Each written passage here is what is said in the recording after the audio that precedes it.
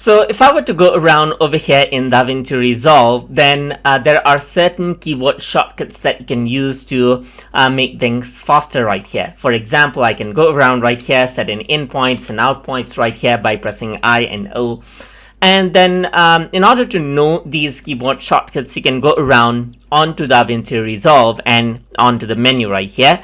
And then you can go to keyboard customization option. So once you go around over here, you can access out different keyboard customization options right here. So you can go to edit timeline, and here you can see the shortcut keys for copy, for cut, and you can even go around and change them out according to how you want. So if I were to press Control, let's say for example 8 right here, then that becomes the new keyboard shortcut for that particular action. And this is what you have, as you can see. So you can go around and click on individual keys and know what it actually works for right here, just like this.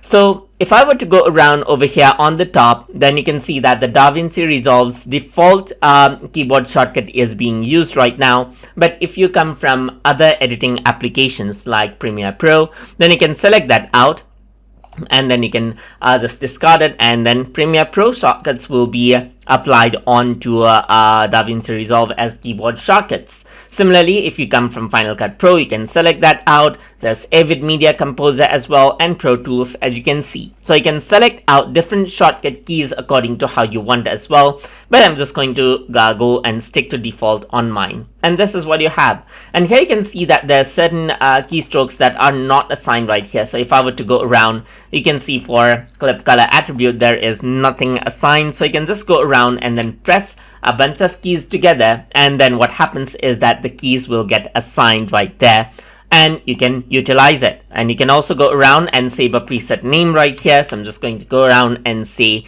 Davinci Resolve 2 and press OK.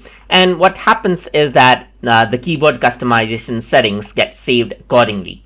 So that is how you can work around with keyboard customization option inside of Davinci Resolve. So I hope you guys learned something as always. And as always, please like, comment, share, and subscribe.